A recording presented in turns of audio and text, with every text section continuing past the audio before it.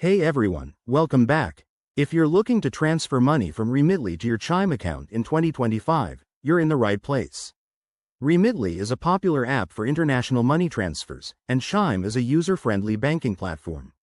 This process is straightforward, but I'll walk you through it step by step to make sure you do it smoothly and avoid any hiccups. Let's dive in. First things first, make sure you have both apps installed on your phone and that your accounts are set up. Start by opening the Remitly app and logging in with your credentials. Once you're in, navigate to the Send Money section. This is where the magic happens. Next, select the option for a bank transfer or domestic transfer, depending on your location. Now, you'll need to add your Chime account as the recipient. Enter your Chime account details carefully. That includes your account number and routing number, which you can find in the Chime app under Account Information. Double-check these to prevent any errors. After that, specify the amount you want to transfer. Remitly will show you any fees involved, so keep an eye on that.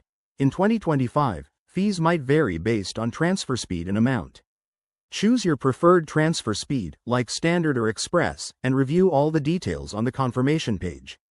Hit Confirm to initiate the transfer.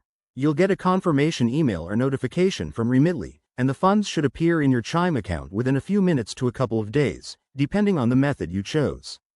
A few quick tips.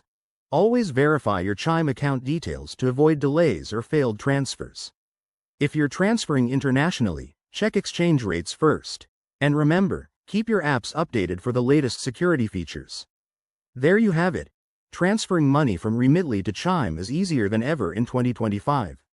If you found this helpful, give it a thumbs up and subscribe for more finance tips.